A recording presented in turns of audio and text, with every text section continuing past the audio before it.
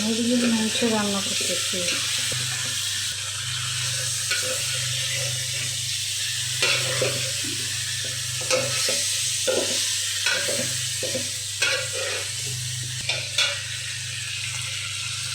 সাথে আছে লটকে মাছ ভুনা, এছাড়া আছে লাল শাক ভাজি, এখানে আছে পোয়া মাছ। পোয়া মাছটাও রান্না করতে হবে। লটকে মাছ সবসময় ধনে পাতা, অনেক এলাকায় জাপানি ধনে পাতা বলে, এই যে রান্না করলে অনেক টেস্টি। পেঁয়াজ ব্লেন্ডার করলে নারিকেলের মতো শেপ আসে। এখানে হচ্ছে পোয়া মাছ,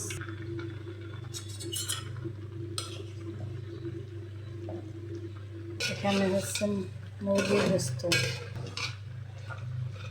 শীতকালীন দেওয়া টমেটো গোস্ত। এবার দিয়ে দিলাম টমেটো কেচাপ ও পেঁয়াজ বাটা। পেঁয়াজ বাটাটা অফ ক্যামেরায় দেওয়া হয়েছিল, তাই আপনারা সব কিছু দেখতে পারেনি।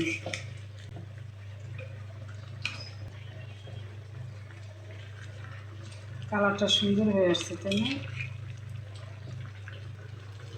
এই যে মুরগির গোস্তের পেঁয়াজ বাটাটা এখানে মনে হচ্ছে যে নারকেল বাটা।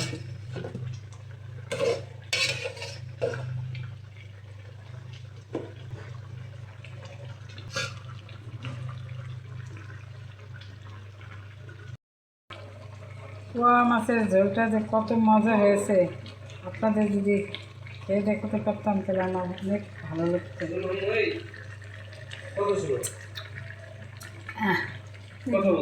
মজা টেস্টি। পেঁয়াজ বাটা আরও খানিক দিয়ে দিলাম।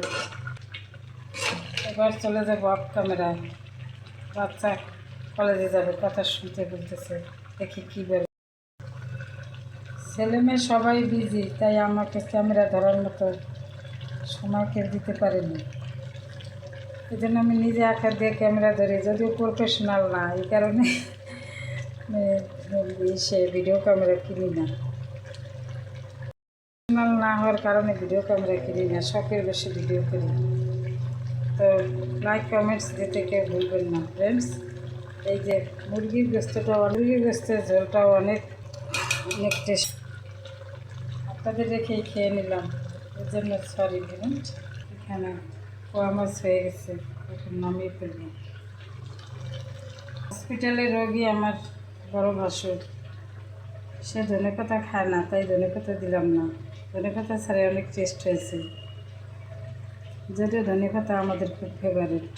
মুরগির কাছে তেজপাতা দিলাম না, আমার বাসা তেজপাতা খায় না, এই কারণে মুরগির কাছে তেজপাতা দিলাম না। তেজপাতা ছাড়াই অনেক টেস্ট হয়েছে।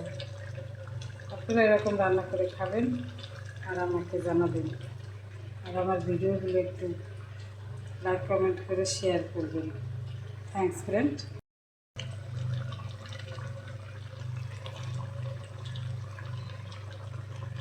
তরকারি রেখে মাছটাকে একটু ধনেপাতা, মুরগি গাছটা হয়ে আসছে। বিলাতি ধনেপাতা মানে জাপানি পাতা, এটা আছে বিলাতি ধনেপাতা দিয়েছি।